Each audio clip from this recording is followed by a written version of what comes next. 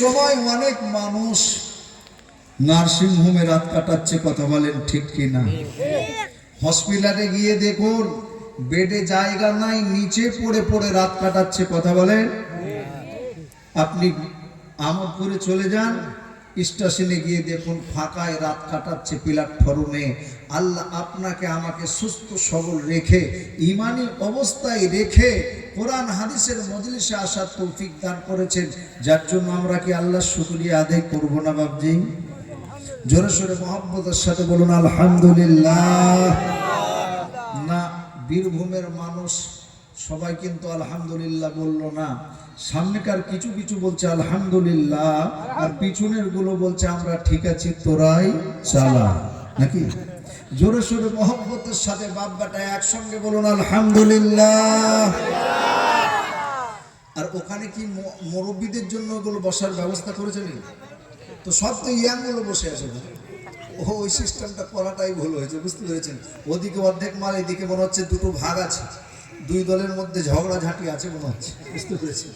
তো যা হোক, যারা জোয়ান যুবক ছেলে আছে বাবা, তোমরা চলে আসো। তা বয়স্ক মানুষদের জন্য বসতে অসুবিধা হবে বলে ওনারা একটা সুন্দর সুযোগ করে দিয়েছে, সুবিধা করে দিয়েছে। সবার জন্য ওটা নয়, বয়স্কদের জন্য। জোয়ান যুবকেরা এখনো তাড়াতাড়ি কি করুন, চলে আসুন মজলিসের মধ্যে। আচ্ছা বলুন, এই পৃথিবীকে কে তৈরি করেছে? পৃথিবীর মধ্যে সর্বপ্রথম কি তৈরি হয়েছে জানেন? পৃথিবীর মধ্যে কি সর্বপ্রথম তৈরি হয়েছে?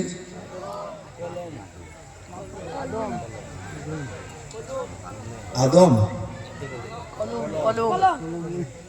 ইন্না আউওয়ালা বাইতিয়া উদিয়া লিন-নাস। আল্লাহ রাব্বুল আলামিন সর্বপ্রথম দুনিয়াতে তৈরি করেছেন কি? মসজিদ। কি তৈরি করেছে? মসজিদ। মসজিদটাকে নির্মাণ করার জন্য যেমন তেমন লোককে দিয়ে পাঠালেই হবে?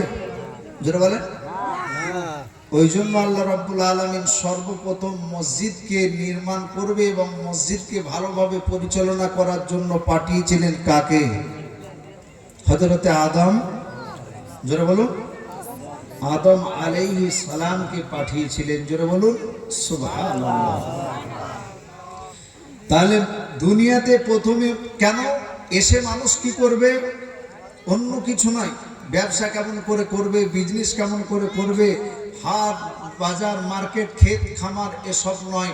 সর্বপ্রথম আল্লাহর ইবাদত করার জন্য আল্লাহ রাব্বুল আলামিন কি করিয়েছিলেন? ঘর তৈরি করিয়েছিলেন। জোরে বলুন সুবহানাল্লাহ।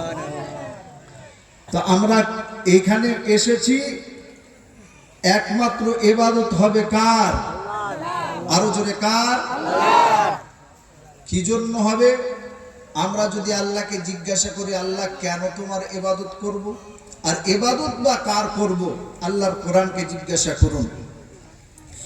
ওগো আল্লাহর কালাম, এই গভীর রাত্রে তোমার কাছে জানতে এলাম, একবার তুমি বলে দাও ইবাদত কার হবে।